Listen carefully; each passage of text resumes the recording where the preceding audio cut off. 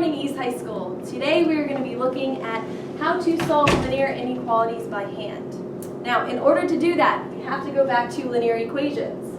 Y equals mx plus b is our slope-intercept formula, where we know that m represents our slope, and our b term is our y-intercept. Using this for equations, we can apply it to inequalities. So let's take a look at y is less than 3x plus 1.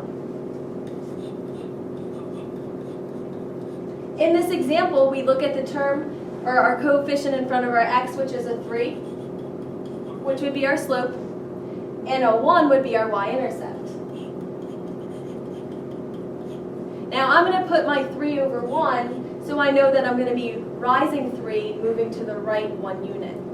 So graphing my y-intercept, the point that crosses the y-axis, we're going to be moving up 3 over 1 to the right.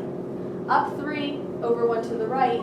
Similarly, you could always go down 3, but you're going to have to move 1 unit to the left.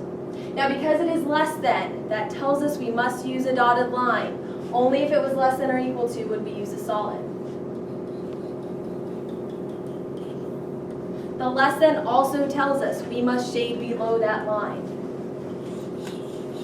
meaning that anything in this shaded area would be considered a solution.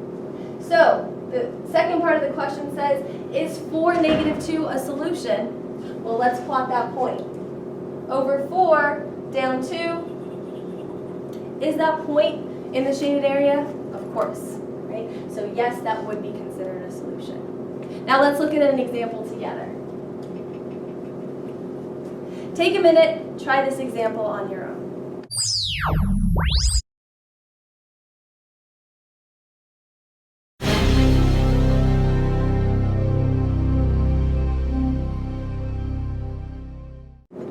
Okay, let's work through this one together. Looking at this linear inequality, we look at the coefficient in front of the x, which is a 2, which would be our slope. Our y-intercept in this case is a negative 5. Like I did in the previous example, I'm going to put this 2 over 1, so I remember to move 1 unit to the right. Y-intercept is negative 5.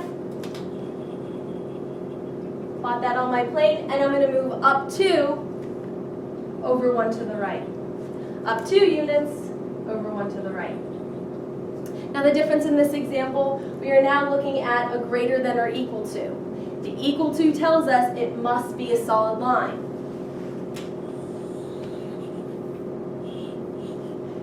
Because it's greater than, now we must shade above the line. So we're going to shade in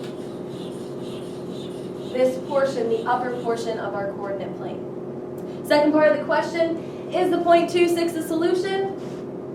Well, let's find out. We go over 2, we go up 6. Is that point in the shaded area? Yes, sir, it is. So we have our solution. It is there. We have our graph. Have a good day.